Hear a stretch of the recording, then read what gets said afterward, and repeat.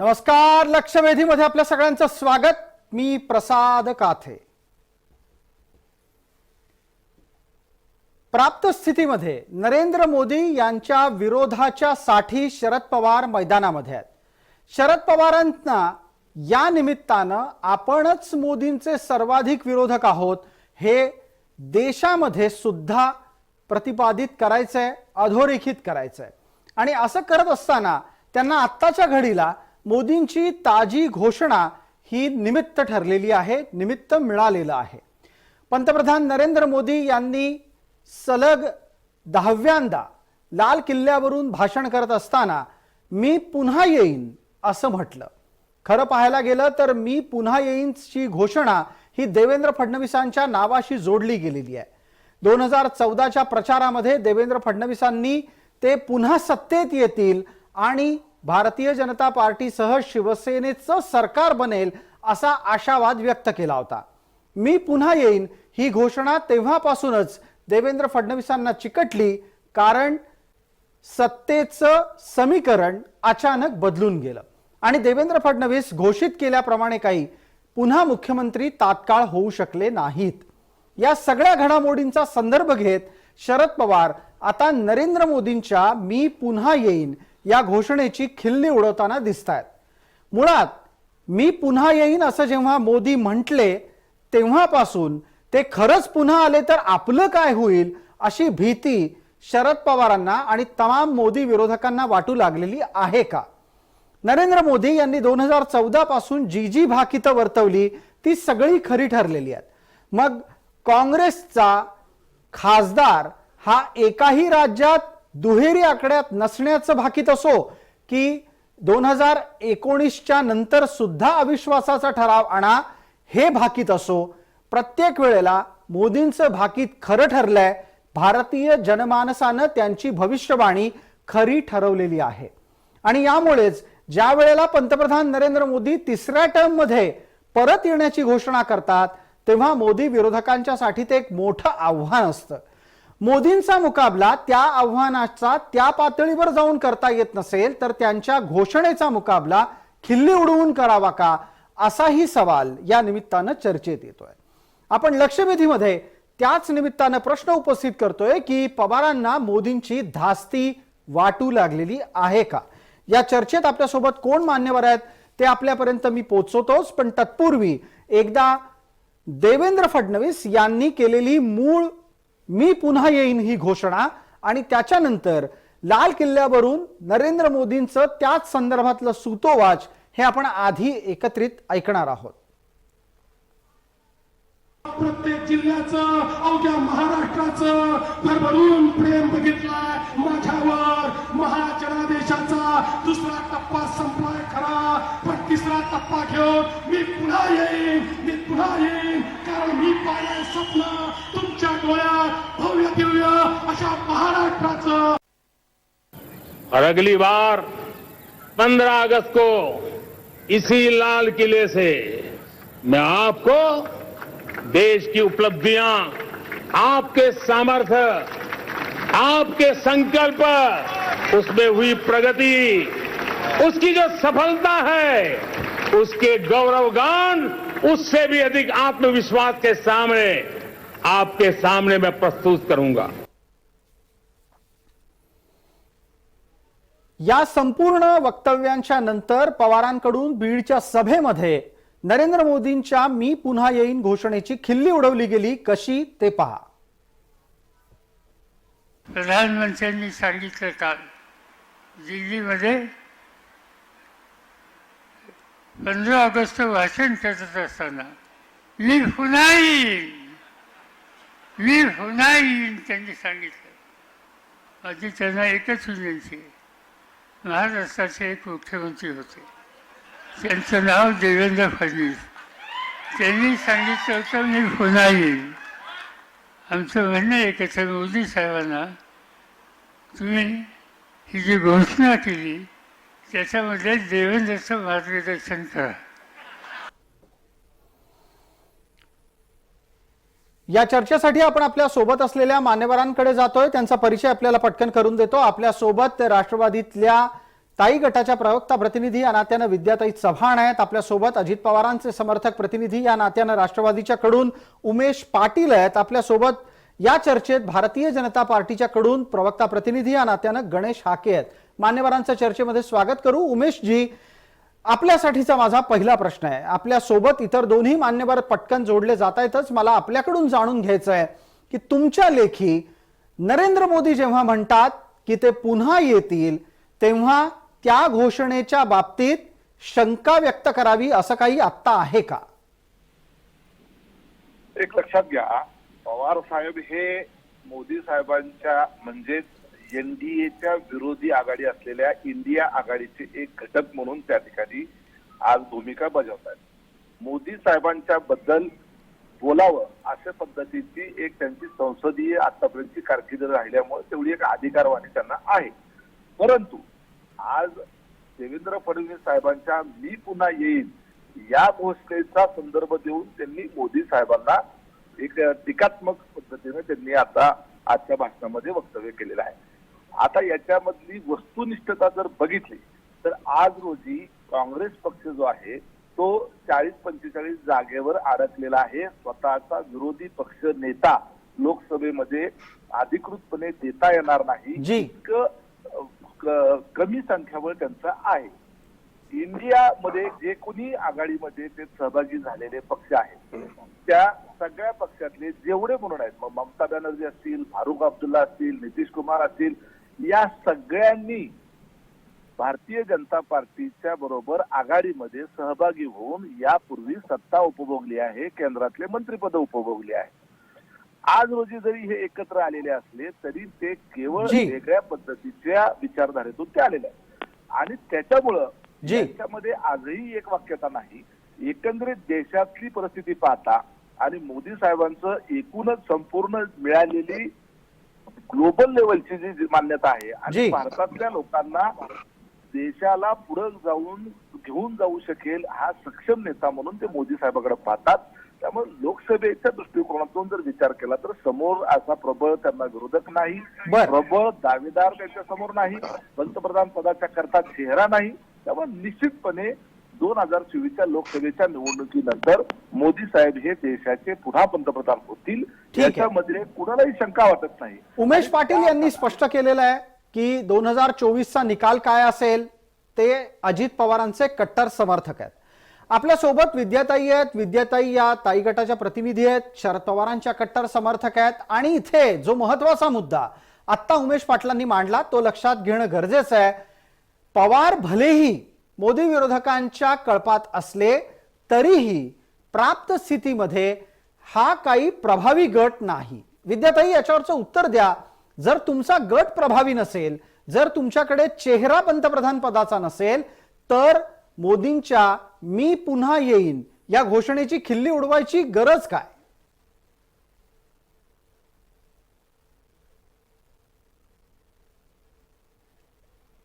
विद्याताई बोला, माझा प्रश्न आपल्यापर्यंत पोहोचलेला असेल अशी अपेक्षा आहे मला. हो, माझा आवाज येतोय ना तुम्हाला? आता येतोय. आता नीट आपला आवाज येतोय. बोला आपण. नाही, माझं हेच म्हणणं आहे की 1977 साली इंदिरा गांधींच्या विरोधात सगळे पक्ष एकत्र आले होते आणि तेव्हा इंदिरा गांधी त्यांना खिचडी म्हणाल्या होत्या आणि त्यावेळेस त्यांच्याकडे कोणी नेता असा नव्हता. परंतु जेव्हा लोक ठरवतात की आता हे पाणी डोक्यावरनं व्हायला लागलंय तेव्हा नेताही अपसुक मिळतो आणि पंतप्रधान पद त्याच्यावर कोणी बसायचं हे पण जनता ठरवते. त्यामुळे त्याच्यामध्ये एवढा अहंकार अहंगंड बाळगण्याचं काम नाहीये. आणि त्यांनी सांगितलं की ग्लोबल नेता मोदी हे ग्लोबल नेता आहेत. तेव्हा आता जनतेने ठरवलेलं आहे की आता इंडियासाठी मोदी नको आहेत, आता ते परदेशात त्यांना जाऊ द्या आणि तिकडे कुठेतरी मोठे नेते होऊ द्या. विश्वगुरु म्हणतात तसं विश्व नेता होऊ द्या त्यांना. भारताच्या पंतप्रधान पदासाठी भारताची महागाई, देशातली महागाई, बेरोजगारी, शेतकऱ्यांना शेतमालाला भाव मिळणं आणि लोकांचे जनतेचे प्रश्न सोडवणारा नेता पाहिजे. 2013-14 जेव्हा मोदींनी भाषणं केली होती तेव्हा लोकांना असं वाटलं होतं की हा माणूस इतका चांगल्या प्रकारे भाषण करतोय, इतकं छान बोलतोय, पेट्रोल डिझेलचे भाव 30 आणि 35 रुपये करणार आहे, सिलेंडर तेव्हा 400 रुपयाला होता ते आता 300 रुपयाला मिळणार आहे असं लोकांना वाटलं. शेतमालाला डबल भाव मिळणार आहे. त्यामुळे लोकांना असं वाटलं की एकदा संधी द्यायला काय हरकत आहे. एकदा संधी दिली, दुसऱ्यांदा संधी दिली, आता जी. तिसऱ्यांदा लोक एवढे मूर्ख नाही आहेत. तेव्हा पंतप्रधान पदाचा नेता कोण असेल किंवा राष्ट्रवादी काँग्रेसकडे किती खासदार आहेत जी. हा प्रश्नच नाहीये. आज बीडमध्ये जो रिस्पॉन्स जी प्रचंड जनशक्ती पवार साहेबांना स्वागत करायला जी. आली होती, पवार साहेबांच्या सभेला आली होती, त्यातनं संपूर्ण महाराष्ट्राचं वातावरण ढवळून निघालेलं आहे. आणि पवार साहेब जी, कुठल्या विद्याताई. प्रकारचे नेते आहेत. जी विद्याताई, आपण असं म्हणालात की बीडचा जो काही तुम्हाला मिळालेला प्रतिसाद होता तो सूचक आहे. याच्यावर एक 30 सेकंदात पटकन उमेशजींची प्रतिक्रिया घेतो आणि तुम्ही नरेंद्र मोदींच्या संदर्भात केलेल्या विधानावर गणेश हाकेंना बोलण्याची संधी त्यानंतर देणार आहे. उमेश पाटील, बीडमध्ये जे चित्र सभेचं दिसलं त्यातून देशाचं चित्र काय असेल हे सांगण्याचं धाडस शरद पवारांचे समर्थक करू लागलेत. आपली प्रतिक्रिया. लक्षात घ्या, तिथं एक विद्यमान आमदार जे आहेत ते विद्यमान आमदारांच्या त्यांनी गोळा केलेली ताकद. परळीमधून त्या ठिकाणी एक अट्टल गुन्हेगार त्यांनी जवळपास 600-700 गाड्या आणलेल्या होत्या. त्याची झालेली गर्दी जास्त होती. आता काल परवापर्यंत धनंजय मुंडे हे विरोधी पक्षनेते म्हणून प्रभावी होते. पक्षाचे त्या ठिकाणी आमदार म्हणून, मंत्री म्हणून त्या ठिकाणी त्यांचं कौतुक करत होते. आणि आता त्यांना विरोध करणाऱ्या एखाद्याला लगेच सोबत आपण घेतो, गुन्हेगाराला एका प्रवेश देऊन त्या ठिकाणी आपण त्याचं उदात्तीकरण करतो. हे काही साहेबांच्या इतर लोकांनी ज्या पद्धतीनं प्रवेश दिला ते शोभणारं नाहीये. आणि जी उमेशजी, आपण बोलत असताना एक अत्यंत गंभीर आरोप केलात. तो आरोपाचा धागा पकडून पटकन विद्याताईंकडून उत्तर घेणं गरजेचं आहे. विद्याताई, आपण ऐकलं असेल उमेश पाटील म्हणतायत अट्टल गुन्हेगारांनी गाड्या भरून बीडमध्ये पवारांच्या सभेला गर्दी जमवली. ऐका, मला उमेशजींना आठवण करून द्यायची आहे की 2 महिन्यापूर्वीच पंतप्रधान नरेंद्र मोदींनी नॅशनल काँग्रेस पार्टी म्हणजे एनसीपी, मोस्ट करप्ट पार्टी, 70,000 कोटीचा घोटाळा करणारी पार्टी, अस्सल भ्रष्टाचारी आणि गुन्हेगारांची पार्टी असं म्हटलं होतं. मग ते सगळे आता तिथे झाले, त्यातले 9 मंत्री बदल्यावरती ते पवित्र झाले का? त्यामुळे असं काही नसतं, समजलं ना? विद्याताई, पण बीडची गर्दी अट्टल गुन्हेगारांनी जमवली, यावरचं उत्तर काय आहे? अट्टल गुन्हेगाराने जमवलेली गर्दी नाहीये, ती उत्स्फूर्तपणे तिथले आमचे संदीप क्षीरसागर यांनी भाषणामध्ये सांगितलेलं की अत्यंत उत्स्फूर्तपणे, म्हणजे पवार साहेबांची सभा जेव्हा तिथे जाहीर झाली तेव्हापासूनच बीडची जनता आतुरतेने म्हणत होती की पवार साहेब कधी येणार आहे. म्हणजे अशी काळजी वाटत होती की एवढा मंडप भरल्यावरती लोक इतक्या मोठ्या संख्येने उत्स्फूर्तपणे आलेले होते. आणि येत्या निवडणुकांमध्ये पण ते कळून जाईल आपल्याला. ठीक आहे, मला पटकन याच चर्चेला पुढे न्यायचं आहे आणि ही चर्चा पुढे नेत असताना मला गणेश हाकेंना आता चर्चेत सहभागी करून घ्यायचंय. गणेशजी, आपण चर्चा ऐकलीत. सर्वसाधारणपणे या चर्चेच्या टप्प्यात महत्वाचं एक वक्तव्य जे बीडच्या निमित्तानं झालं, त्या निमित्तानं दादा गट ताई गटांनी आपले खुलासे केले. पण विद्याताईंच्या मूळ वक्तव्यातला एक संदर्भ घेणं गरजेचं आहे. विद्याताई काय म्हणाल्या की छान छान भाषण करत होते मोदी म्हणून त्यांना एकदा नाही 2दा निवडून दिलं. आता जनता तसा मूर्खपणा करणार नाही. याचा अर्थ मोदींना निवडून देणारे मूर्ख ठरतील का? मी तर म्हटलं ना की विद्याताई खरं म्हणजे त्यांचा उपहास हा स्थायी भाव आहे आणि त्या नेहमी अशा पद्धतीने उपहासानं बोलत असतात. खरं म्हणजे विद्याताई तुमच्या या उपहासानं बोलण्यानं आमचे जे विश्व खरंच म्हणजे सांगितलं की ज्याला जगात लोकप्रियता असलेल्या या देशाच्या पंतप्रधानाबद्दल तुम्ही त्यांना आपण अमेरिकेला करूया, अमेरिकेचे नाही ऐकून म्हणूनच म्हटलं ना की तुम्हाला म्हणूनच म्हटलं तुम्ही हे जे बोलता ना ताई, हा या देशातल्या 140 कोटी जनतेचा अपमान करता आहात तुम्ही. या देशातल्या जनतेनं ऐकून घ्या ताई, ऐकून घ्या. तुम्हाला कोणी किंमत देत असेल, तुम्हाला कोणी विचारत नसेल, ऐकून घ्या. अहो मला सांगा, तुमची शून्य किंमत असेल तर माझं म्हणणं असं की जग जर त्यांना मोठं डोक्यावर घेत असेल तर मला असं वाटतं की तुम्ही या देशाच्या नागरिक म्हणून आपल्या देशाच्या पंतप्रधानाबद्दल तुम्हाला अभिमान वाटला पाहिजे. पण तुम्ही तुमच्या मनातच इतकं जळफट आहे, इतकी तुमच्यामध्ये ही वृत्ती तुमची इतकी म्हणजे तुम्हाला देश ऐकून घ्या तुम्हाला या देशाबद्दल प्रेम नाही, या घटनेबद्दल प्रेम नाही, या व्यवस्थेबद्दल प्रेम नाही. तुम्हाला फक्त तुमच्या स्वतःबद्दल तुमचं प्रेम करण्याची तुमची सवय आहे. आणि म्हणून म्हटलं तुम्हाला ना की तुम्हाला ते मान्यच नाहीये. तुम्ही 2014 साली जेव्हा देशाचे पंतप्रधान यांच्या नेतृत्वाखाली देशामध्ये सरकार आलं, तेव्हा तुम्ही म्हणालात की ती मोदीची लाट होती, आता ती ओसरेल. बघा आता या निवडणुकीत काय होतं. त्याच्यानंतरच्या विधानसभेच्या निवडणुका झाल्या, त्याच्यानंतर लोकसभेच्या निवडणुका झाल्या. तुमचे सगळे जे काही मनातले मांडे आहेत ना, ते मांडे तुम्हाला सांगतो ते काय झाले. माझं म्हणणं असं आहे की तुम्ही ज्या पद्धतीची भाषा आपल्या देशाच्या लोकप्रिय पंतप्रधानाबद्दल बोलतात, अहो आज ते गणेशजी या प्रश्नाचं पण आपण पटकन उत्तर द्या की प्राप्त स्थितीमध्ये नरेंद्र मोदी मी पुन्हा येईन म्हणतात, तेव्हा तसं घडेल याचा विश्वास तुम्हाला कोणत्या भरोशावर आहे? विद्याताईंनी महागाईचे मुद्दे काढले आहेत, विद्याताईंनी इतरही मुद्दे काढले आहेत. लोकांना मोदींचं नेतृत्व मान्य नाही असा निष्कर्ष पवारांनी काढलाय. मग कोणत्या मुद्द्याच्या आधारे तुम्ही म्हणता की पुन्हा येईन हा नरेंद्र मोदींचा एक आशावाद सत्य ठरेल? बघा प्रसादजी, गेली 9 वर्ष हे असं बोलतायत. 9 वर्षापासून सारखं म्हणजे 2019च्या निवडणुकीच्या संदर्भात सुद्धा अशा स्वरूपाची जे आता ते इंडिया नावाची काही जी त्यांची फार मोठी संघटना होती आहे, अशाच स्वरूपाच्या संघटनेचा प्रयत्न 2019 साली पण झाला होता ना. म्हणजे अशा स्वरूपाचा प्रयत्न झाला नाही असं नाही, पण यांना या देशाच्या विकासाचं यांना काही घेणं देणं नाही आहे. यांना फक्त राजकारण पाहिजे. यांचे सगळे जे काही घराणेशाही असेल, यांची काही मक्तेदारी असेल, यांची सरंजामशाही असेल, ती नरेंद्र मोदी यांच्यामुळे संपुष्टात यायला लागली. आणि त्यामुळे याच मुद्द्यावर पटकन आपल्याला बोलतं करायचं आहे, याच मुद्द्यावर आपल्याला पटकन बोलतं करायचं आहे विद्याताईंना, आणि त्यानंतर उमेश पाटील बोलणार आहेत. विद्याताई, घराणेशाहीचा मुद्दा मोदींनी काढल्यानंतर तो जास्त झोंबलाय का? कारण याच मुद्द्यावर अजित पवारांनी सुद्धा थेट हल्लाबोल केलेला होता. आता ज्या वेळेला मोदी म्हणतात की ते देशातल्या राजकारणातली घराणेशाही संपवतील, तेव्हा सगळ्यात जास्त वेदना होतात का पवारांना? नाही, एक मिनिट, मला माझा जो मुद्दा होता त्याचं उत्तर हाकेजींनी दिलेलं नाहीये.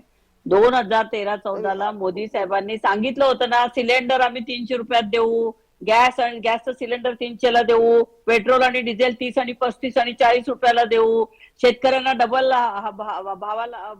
मालाला डबल भाव देऊ, हे त्यांनी सांगितलं. मग हे सांगितलं होतं की नाही? अच्छे दिन आएंगे सांगितलं होतं की नाही? हो किंवा नाही सांगा. हाके साहेब, गॅस सिलेंडर किती रुपयाला आहे सांगा मला.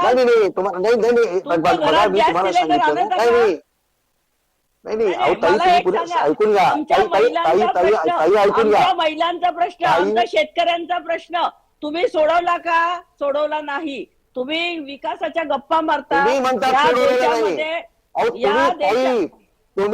सोडवलेला नाही. शरद पवार साहेब देशाचे कृषी मंत्री असताना, ऐकून घ्या, अनेक वर्ष शरद पवार साहेब देशाचे कृषी मंत्री होते.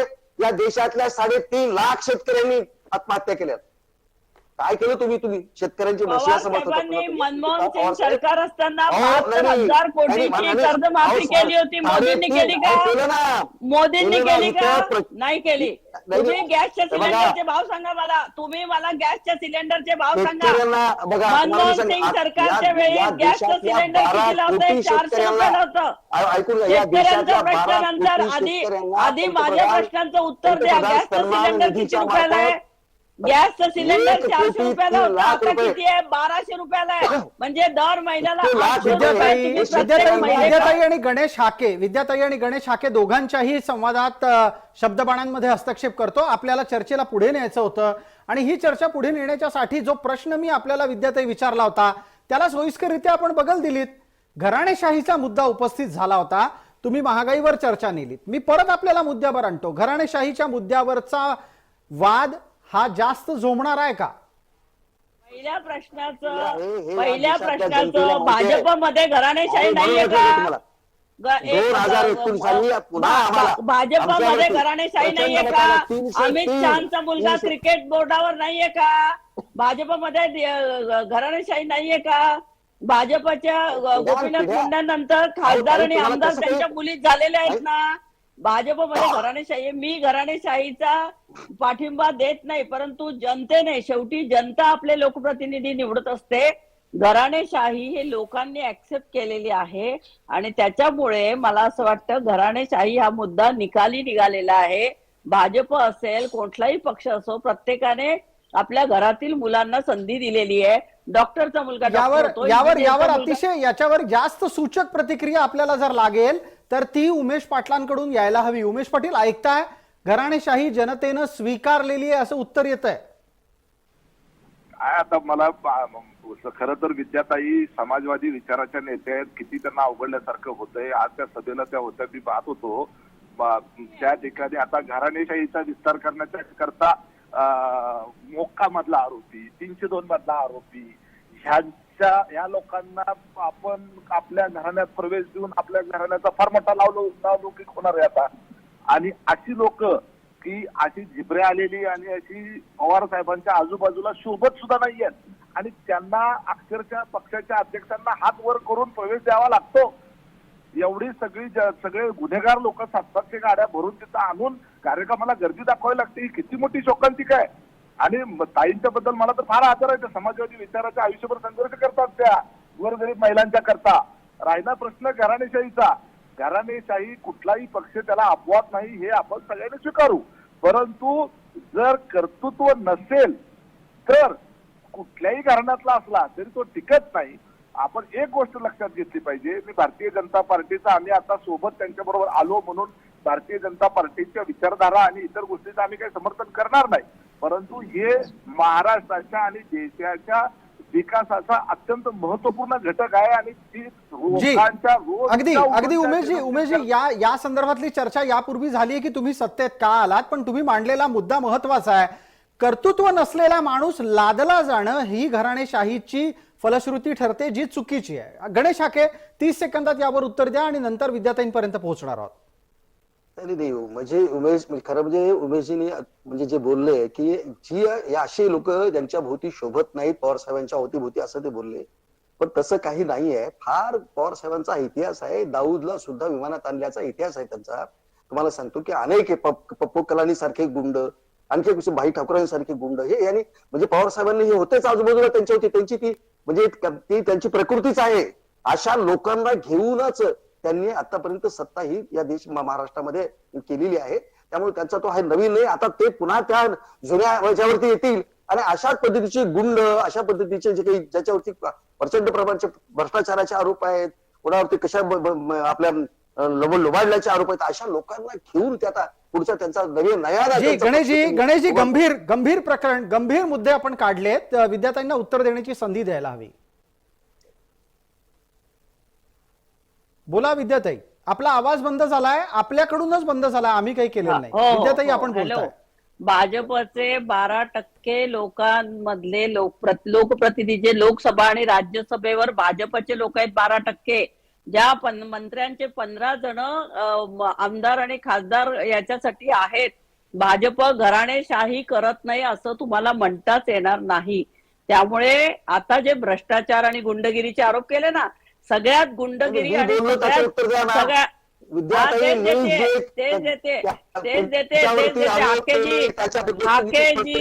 हाकेजी तुमच्या उत्तर प्रदेशमध्ये उन्नाव पासून, हाथरस पासून आणि कठुआला पण तुम्ही जेवढे सगळे रेपिस्ट आहेत ते सगळे भाजपचे आहेत.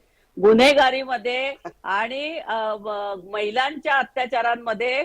आणि तुमचा तो कोण पैलवान, ज्या मल्ल पैलवान बसल्या होत्या रेसलर भाजपच्या खासदाराच्या विरोधात, ब्रिजभूषण सिंगच्या विरोधात बसले. ते काय केलं? बलात्कार तुम्ही विसरलात वाटतं. खासदार मी बिलकुल नाही. आम्ही महाराष्ट्रातल्या कुठल्याही आमच्या मंत्र्यावरती बलात्काराचे आरोप नाही. हाकेजी, ब्रिजभूषण सिंग, रेसलर्स महिलांचा विचार करायला पाहिजे.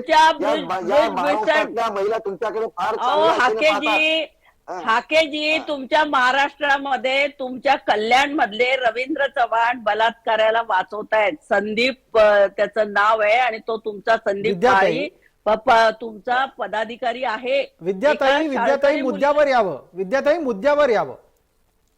मुद्दा काय आहे? उमेश पाटलांनी काढलेला मुद्दा पोहोचला असेल आपल्याला. मुद्दा असा होता की शरद पवारांच्या आसपास असलेली माणसंही त्यांच्या शेजारी उभं राहण्याच्या क्षमतेची नाहीत. तिथून सुरू झालेला मुद्दा आहे. मला झोमण्याचा काहीही प्रश्न नाहीये. मी समाजवादी विचाराची आज आहे. माझ्या पक्षातल्या लोकांनी काही मान्यच आहे ते. गुन्हेगारी केली असेल, काही बलात्काराने असले गुन्हे केले असतील का आम्ही त्यालाही सोडत नाही. पण भाजपमध्ये सगळ्यात मोठ्या जास्त घराणेशाहीचे पण उदाहरणं आहेत. बलात्कारी, अत्याचारी, गुन्हेगार, ब्रिजभूषण त्याने आज सगळ्या ज्या रेसलर बसल्या होत्या, काय झालं त्या महिलांचं? आणि त्याला अजून खासदारावर कुठलीही कारवाई झालेली नाही. पण मग आता प्रत्येकाला पाठीशी घालण्याचं काम या करा. सगळ्या पार्श्वभूमीवर तुम्हाला असं वाटतं की प्राप्त स्थितीमध्ये 2024चा निकाल वेगळा लागू शकतो विद्याताई? निश्चितच वेगळा लागणार आहे. आज बीडची फक्त झलक होती. आज महाराष्ट्रभर पवार साहेब फिरायला लागल्यानंतर तुम्हाला कळेल, कारण पवार साहेब नेहमी सांगत असतात की मी जिथे आहे तिथे, आणि पवार साहेबांनी तरुणांना संधी देऊन, तरुणांना मंत्रिमंडळात स्कोप देऊन पवारांनी नेते घडवलेले, नेते घडवण्याचा कारखाना म्हणजे पवार साहेब आहे. कितीही जण गेले तरी नवीन तरुण मुलांना संधी देऊन त्यांना आमदार म्हणून निवडून आणणं, त्यांना मंत्रिमंडळात सामावून घेणं, ठीक आहे. हे आता पुन्हा पवार साहेब करून दाखवतील. याच्यावर आणि त्याची सुरुवात झाली. एक छोटा प्रश्न आपल्याला, की जर ते इतके चमत्कार घडवणारे आहेत तर मग आपले महाराष्ट्रात खासदार 5 बोटांच्या पलीकडे का गेले नाहीत? हे बघा, चमत्कार घडवणारे नेते म्हणजे आम्ही काय, तुम्हाला एकच मला सांगायचं आहे की 5 खासदार आमचे जरी असले तरी यावेळेस भाजपचे महाराष्ट्रातले खासदार आम्ही कमी करून दाखवू, एवढं निश्चित सांगते. आणि ते तुमच्या कर्माने होणार आहे. ठीक आहे, तुम्ही याच्यावर 10 गणेश हाकेंचं वर्षामध्ये उत्तर लागेल. महागाई गणेश हाके, वाढवली. जर महाराष्ट्रामधले खासदार कमी होणार असतील तर केंद्रात सत्ता येण्याची वाट अवघड होईल का? निश्चितच होईल. नाही, मी तुम्हाला नाही प्रसादजी, पुन्हा तुम्हाला मी आत्मविश्वासाने सांगतो, यांना मी तुम्हाला सांगितलं की कावळ्याच्या श्रापाने कधी आमच्याकडे म्हणतात की जनावर मरत नाही, ढोर मरत नाही. विद्याताईच्या कुठल्याही म्हणण्याने की आमचे त्यांचे खासदार कमी होतील, आमची सत्ता जाईल. मी पुन्हा सांगतो की 2014च्या तुमच्या नंतर कर्माने 2019 तुम्ही येतो, काहीच केलं नाही, ऐकून लोकांसाठी ऐकून कामच अहो केलं नाही, नाही. महागाई तुम्हाला वाढली, नाही बेरोजगारी वाढली, शेतमालाला का भाव नाही. विद्याताई हे प्रश्न तुम्ही तुम्हाला दोन 2019 वाटतात. साली सुद्धा तुम्ही असंच म्हणत होतात आमचे 280 पासून 303 खासदार झाले. आणि आता तुम्हाला पुन्हा सांगतो की आता ज्या पद्धतीचे सर्वे आणि सर्वे रिपोर्ट आहेत, तर येणाऱ्या 2024च्या निवडणुकांमध्ये भारतीय जनता पार्टीचे 418 खासदार येणार आहेत, अशा पद्धतीचे सर्वे आहेत. हा एक नवा दावा गणेश हाके आपण केला की 418 लोक अर्थात खासदार भारतीय जनता पार्टीचे निवडून येतील. चर्चेला वेळेची मर्यादा आहे. जाता जाता पटकन एक उमेश पाटलांना प्रश्न विचारायचा आहे. उमेशजी, ज्या पद्धतीचे तर्क मांडले जात आहेत मोदी विरोधकांच्याकडून, ते पाहता त्यांची संख्या किती मर्यादित ठेवली जाईल? एक लक्षात घ्या, संपूर्ण देशामध्ये देशाचं नेतृत्व करण्याची आज रोजीची सर्वाधिक जास्तीची क्षमता असलेला नेता म्हणून मोदी साहेबांकडे भारताची जनता पाहते. त्यांच्या तुलनेचा, त्यांच्या उंचीचा, त्यांच्या एवढी कुवत असलेला आज रोजी देशामध्ये पर्यायी नेता उपलब्ध नाही. आणि त्यामुळे उपलब्ध परिस्थितीमध्ये नरेंद्र मोदी हेच देशाला सक्षम नेतृत्व देऊ शकतात. या भावनेतून लोकसभेला लोक मतदान करतात, हे आपण लक्षात घेतलं. ठीक आहे, याच्यावर विद्याताई ऐका तुमच्यासाठीच प्रश्न आहे. वारंवार या निमित्तानं खासगीत सुद्धा शरद पवार सांगतात की 24ला येतील तर मोदीच, हे असं अजित पवारांनी बोलून दाखवलं, छगन भुजबळांनी बोलून दाखवलं. मग कुठल्या भरोशावर तुम्ही खासगीत एक भूमिका घेता आणि सार्वजनिकरित्या दुसरी भूमिका घेता? पुलाखालून बरंच पाणी वाहून गेलेलं आहे, समजलं ना. आणि आता तुमचा भ्रमाचा भोपळा 2024ला फुटणार आहे. त्यामुळे तुम्ही असेच भ्रमात राहावं, अशाच जमिनीवरनं 5 फूट उडत राहावं आणि लोक तुमचे पाय जमिनीवर आणल्याशिवाय राहणार नाही. यावेळेस भाजपला हरवल्याशिवाय भारतातली जनता, महाराष्ट्रातली जनता स्वस्थ बसणार नाही. कारण मोदींनी जी वचनं दिली, महागाई, तुम्ही काय करणार महाराष्ट्रात ते सांगा. तुम्ही भारतातली जनता हरवेल का? भारतातली जनता काय करेल तुम्हाला सांगतो ते तुम्हाला 2019 आणि पुन्हा महाराष्ट्रामध्ये पुन्हा एकदा शरद पवारांची जादू, उद्धव ठाकरेंची जादू, महाविकास आघाडीची जादू, काँग्रेसची भारत जोडो यात्रा, याचे उद्धव परिणाम ठाकरेंची तुम्हाला जादू बघायला मिळतील. ठीक आहे, मला सगळ्यांचे हस्तक्षेप आहे. करावा लागतोय कारण वेळेची मर्यादा आहे. आपल्या बरोबरच या चर्चेमध्ये विद्याताई चव्हाण, त्याचबरोबर गणेश हाके आणि उमेशजी पाटील जोडले गेले. सगळ्यांचे, मान्यवरांचे आभार, धन्यवाद. लक्षवेधीच्या या चर्चेमध्ये तूर्तास इतकंच. सर्व प्रेक्षकांना जय महाराष्ट्र.